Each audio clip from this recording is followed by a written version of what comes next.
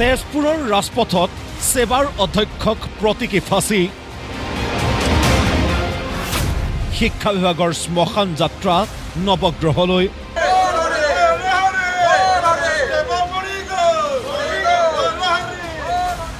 ৰাজ্যৰ চতুৰ্দিশে জ্বলিল পুত্তলিকা শদিয়াৰ পৰা ধুবুৰীলৈ কেৱল হাই হাই ধিক্কাৰ ধ্বনি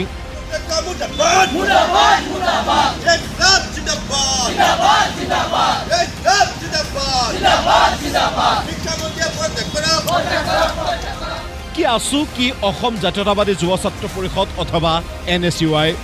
দল সংগঠনৰ প্ৰতিবাদত উত্তাল ৰাজ্য এখনৰ পিছত আনখন মেট্ৰিক পৰীক্ষাৰ প্ৰশ্নকাকত ফাদিল হোৱাৰ বিৰুদ্ধে সেৱাৰ অধ্যক্ষৰ পদত্যাগ শিক্ষামন্ত্ৰী তথা মুখ্যমন্ত্ৰীৰ পদত্যাগৰ দাবীৰে উত্তাল ৰাজ্য এই পৰিৱেশ ডিব্ৰুগড়ৰ মেট্ৰিক পৰীক্ষাৰ পৰীক্ষাৰ্থী আৰু সদৌ অসম ছাত্ৰ সন্থাই শিক্ষামন্ত্ৰীৰ পুত্তলিকা দাহ কৰি সাব্যস্ত কৰে প্ৰতিবাদ সন্মানীয় শিক্ষামন্ত্ৰীক দেখাব বিচাৰিছোঁ আপোনালোকৰ অকৰ্মণ্যতাৰ কাৰণে আচলতে ছাত্ৰ ছাত্ৰী আজি পৰীক্ষা হলৰ বাদ দি আজি ৰাজপথত আহিব লগা হৈছে আৰু এই চৰকাৰে কয় যে ৰাজপথৰ আন্দোলন তেওঁলোকে বন্ধ কৰিছে আৰু ৰাজপথৰ আন্দোলন আপোনালোকে আৰম্ভ কৰাইছে মুখ্যমন্ত্ৰী হিমন্ত বিশ্ব ডাঙৰীয়া আপোনালোকৰ ব্যৰ্থতা স্বীকাৰ কৰিবলৈ আপোনালোকৰ সাহস নাই আপোনালোকে ইজনে ইজনলৈ দায়িত্ব ঠেলে আৰু আপুনি সকলোৱে জানো যে যাক ছুপাৰ CM বুলি কয় সকলো বিভাগৰ দায়িত্ব তেওঁ খামচি মাৰি ধৰে এতিয়া যেতিয়া প্ৰশ্নৰ কাকত ফাদি লৈছে তেওঁক গাই আনিব ধৰিছে পুতলাগৰাকীক তেওঁ ৰাখি লৈছে শিক্ষামন্ত্ৰী হিচাপে এয়া তেজপুৰৰ দৃশ্য মিছন চাৰিআলিত ৰাজপথত সেৱাৰ অধ্যক্ষ ৰমেশ চন্দ্ৰ জৈনক প্ৰতীকী ফাঁচী সদৌ অসম ছাত্ৰ সন্থাৰ জলিল শিক্ষামন্ত্ৰীৰ পুত্তলিকা দুৰ্ভাগ্যৰ বিষয় তিনিখনকৈ প্ৰশ্নকাকত ফাদিল বিজ্ঞান গণিত লগতে অসমীয়া সদৌ অসম ছাত্ৰ সন্থাৰ আহ্বান মৰ্মে সদৌ শোণিতপুৰ জিলা ছাত্ৰ সন্থাই মিছন চাৰিত আমি ৰাষ্ট্ৰীয় ঘাইপথ অৱৰোধ কৰি আজি ৰণোজ পেগুৰ প্ৰতিমূৰ্তি দাহ কৰিছোঁ লগতে ৰমেশ জৈনৰ ৰাজহুৱাকে আমি ফাঁচি লগাই প্ৰতিবাদ সাব্যস্ত কৰিছোঁ বৰপথাৰ ৰহা পাঠশালাটো প্ৰতিবাদ আছুৰ ডিমৌত আছুৱে অৱৰোধ কৰিলে 37 নম্বৰ ৰাষ্ট্ৰীয় ঘাইপথ বটদ্ৰৱাৰ হাতীচুং মংগলদৈ নলবাৰী দুলীয়াজান বিজনী ঢকুৱাখানা ডুমডুমা আৰু যোৰহাটতো প্ৰতিবাদ আছুৰ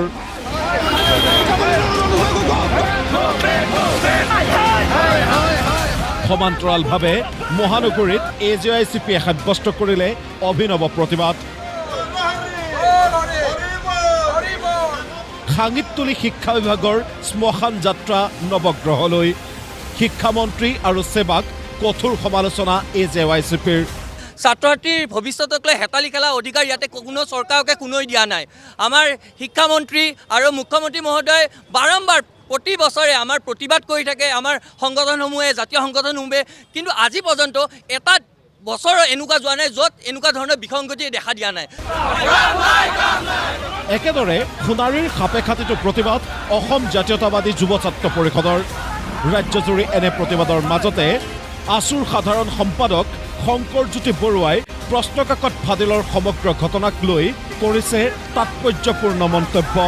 এইটো আসলে প্ৰশ্নকাকত ফাদিলৰ বিষয় নহয় এইটো হৈছে এটা কেলেংকাৰী যেটো কেলেংকাৰী বিভিন্ন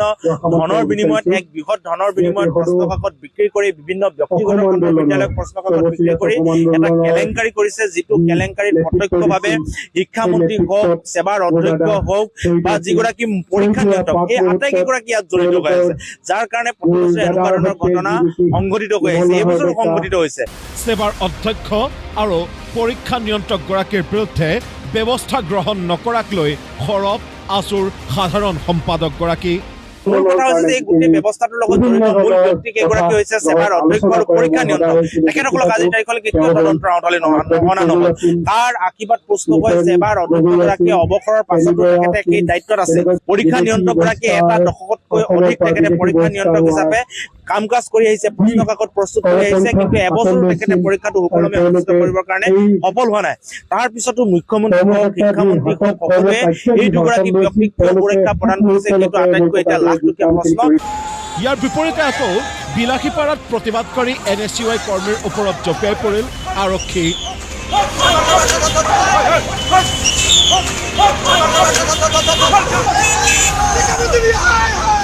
প্ৰতিকৃতি দাহ কৰিবলৈ লওঁতেই এনেদৰে লাঠিৰে প্ৰতিবাদকাৰীক প্ৰহাৰ কৰিলে গণতান্ত্ৰিক প্ৰতিবাদৰ ভাষা বুজি নোপোৱা আৰক্ষীয়ে। ৰাজ্যৰ চতুৰ্দিশে এনেদৰে হাই হাই আৰু ধিক্কাৰ ধ্বনি শুনাৰ পিছতো ছাত্ৰ ছাত্ৰীৰ ভৱিষ্যত সুৰক্ষিত কৰিবলৈ কিবা বিশেষ পদক্ষেপ গ্ৰহণ কৰিবনে শিক্ষামন্ত্ৰী অথবা সেৱাই, নে এনেদৰেই বছৰি বছৰি ছাত্ৰ ছাত্ৰীৰ মূৰ খোৱাৰ ফন্দি হৈ থাকিব